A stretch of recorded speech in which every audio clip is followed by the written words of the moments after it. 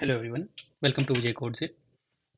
In today's video, we are going to learn about Spark Session versus Spark Context, and in the later part, we will be seeing jobs, stages, and tasks created in Spark when we run a Spark code. We have discussed all of these topics in our previous videos, but we haven't discussed it in much detail. As all of these are like an interview question in itself, we need to discuss it in more detail. So here we are. Let's start with Spark Session versus Spark Context. So basically, Spark Session works as an entry point for our Spark code. Spark Session has the info about how many drivers are requested, executors, etc. You can assume it is like int main in C programming. So Spark Session is basically entry point for our Spark code. And the Spark context is basically it was used in earlier version of Spark around when Spark 1.0 was in use. So what used to happen in Spark context is like if we want to use SQL, so we have to create another SQL context.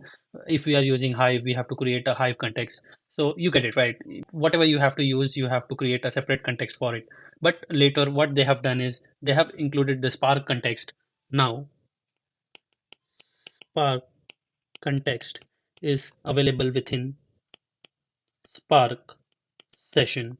So now we do not need to create multiple Spark contexts. In fact, we can create Spark session and we can use whatever we want. Basically, this is what Spark session and Spark context is. Now let's see what are jobs, stages, and tasks.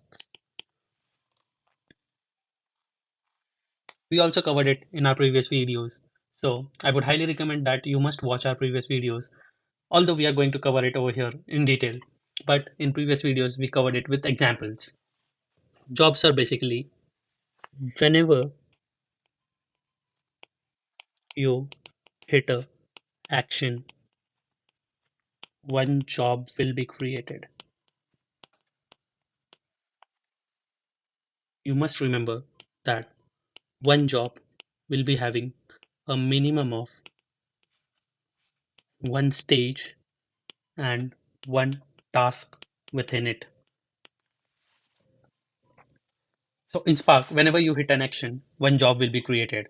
That job may have multiple stages and those stages may have multiple tasks within it. Now, now we know when a job is created. Let's see when a stage is created. So, stage is created whenever we do a white transformation. So let's say we are doing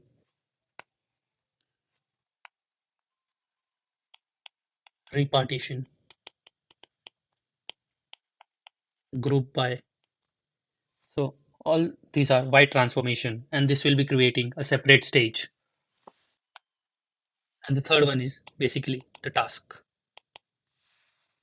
So this was about the physical plan, how many jobs and how many stages will be created. And task is basically how many partitions to be processed. Now let's understand the task, jobs, and stages with an example. This is the same example that we discussed in our previous video. So if you have watched that video, you can skip this step. So what happens is dot read is an action. So as we have discussed, whenever we hit an action, one job will be created. So we can do is like we can keep a track of it. Job equal to 1. And info schema is an action as well. So now we have two jobs created. So it will be created one after the other. As we have discussed above, one job will be having at least one stage and one task within it. So we have stage equal to 2 and task equal to 2. Let's visualize it. Let's say we are reading the data. So we have a data set like this. After reading it, we are doing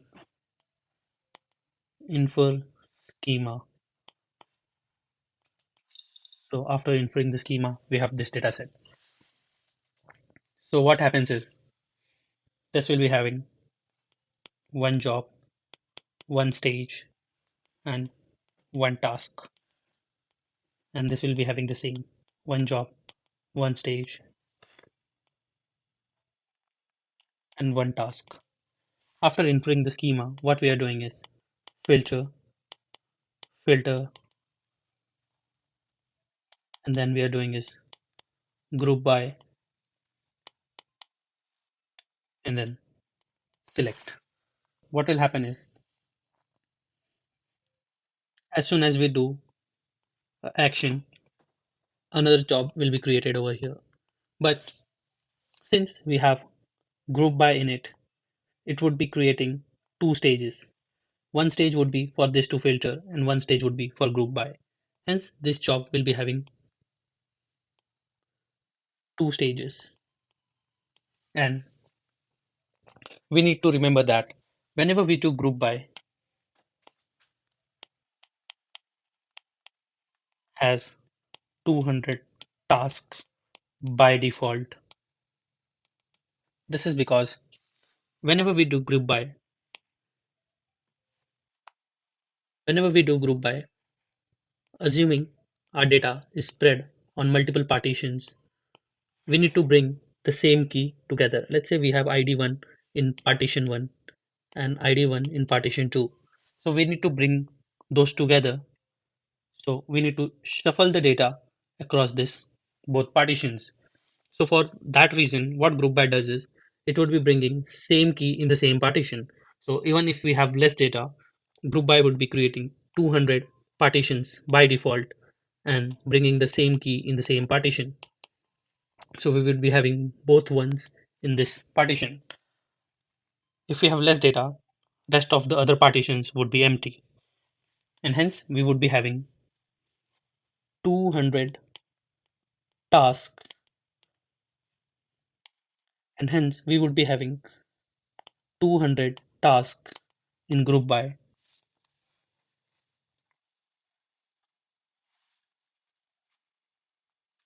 We would be having one task over here and one task over here. As we are having only one data set, we are filtering on a single partition. This is just an example. We are taking one partition. In reality, there would be multiple partitions and the number of partition would be equal to number of tasks.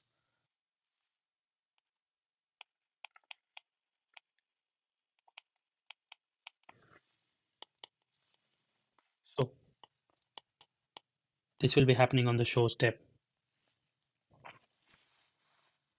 So you got the idea, right? The number of partitions we are processing in each step would be the number of tasks we are doing. And each job must have one stage and one task. When we do group by, there are 200 partitions created by default, and hence there would be 200 tasks in that step. And this is a short interview question. The interviewer would be giving you code something like this, and he would be asking you how many job stages and tasks would be created in the given code. For better understanding, watch this video again, or you can watch our Spark transformations and actions, the video uploaded by us 2 days ago. We have did a dry run of the code in that video explaining how many jobs tasks would be created. If you liked today's video, please consider subscribing if you are new to the channel. Thank you so much.